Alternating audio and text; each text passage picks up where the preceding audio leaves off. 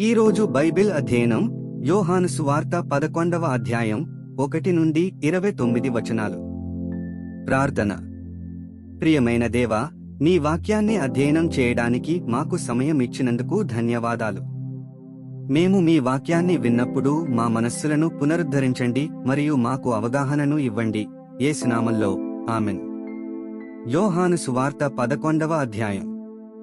మరియా, ఆమె సహోదరి అయిన మార్త అనువారి గ్రామమైన బేతనియలోనున్న లాజరు అను ఒకడు రోగియాయెను. ఈ లాజరు ప్రభువునకు అత్తరు పూసి తల వెండ్రుకలతో ఆయన పాదములు తుడిచిన మరియకు సహోదరుడు. అతని అక్క చెల్లెండ్రు, ప్రభువా, ఇదిగో నీవు ప్రేమించువాడు రోగియేయున్నాడని ఆయన యొద్దకు వర్తమానము పంపిరి. యేసు అది విని, ఈ వ్యాధి మరణము కొరకు వచ్చినది కాదుగాని దేవుని కుమారుడు దానివలన మహిమ పరచబడునట్లు దేవుని మహిమ కొరకు వచ్చినదనెను. యేసు మార్తను, ఆమె సహోదరిని లాజరును ప్రేమించెను. అతడు రోగియేయున్నాడని యేసు వినినప్పుడు తానున్న చోటనే ఇంకా 2 దినములు నిలిచెను. అటు పిమ్మట ఆయన, మనము యూదయకు తిరిగి వెళ్ళుదమని తన శిష్యులతో చెప్పగా, ఆయన శిష్యులు, బోధకుడా, ఇప్పుడే యూదులు నిన్ను రాళ్లతో కొట్ట చూచిచుండిరే, అక్కడికి తిరిగి వెళ్ళుదువా అని ఆయననడిగిరి. అందుకు యేసు, పగలు 12 గంటలున్నవి గదా, ఒకడు పగటివేళ నడిచిన ఎడల ఈ లోకపు వెలుగును చూచును గనుక తొట్రుపడడు. అయితే రాత్రివేళ ఒకడు నడిచిన ఎడల వానియందు వెలుగు లేదు గనుక వాడు తొట్రుపడునని చెప్పెను. ఆయన ఈ మాటలు చెప్పిన తరువాత, మన స్నేహితుడైన లాజరు నిద్రించుచున్నాడు, అతని మేలుకొలుప వెళ్ళుచున్నానని వారితో చెప్పగా, శిష్యులు, ప్రభువా, అతడు నిద్రించిన ఎడల బాగుపడుననిరి.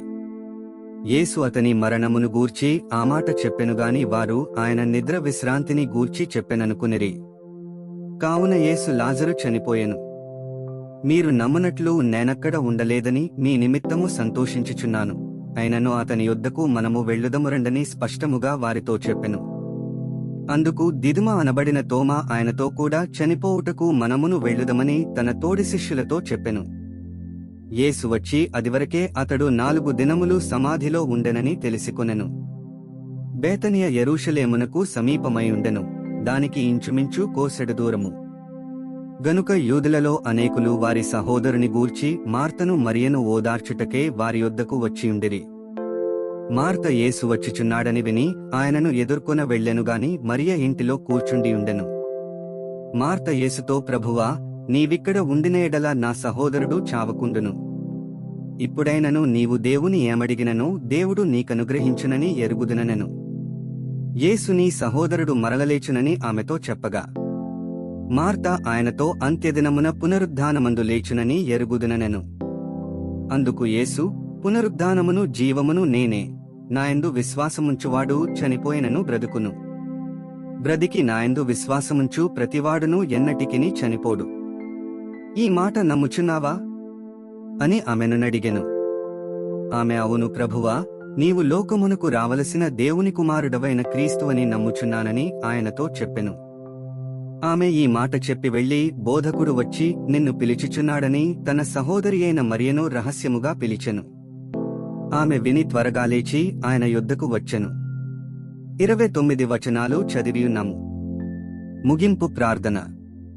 సర్వశక్తిమంతుడైన దేవా, నీవే మార్గము, సత్యము మరియు జీవము.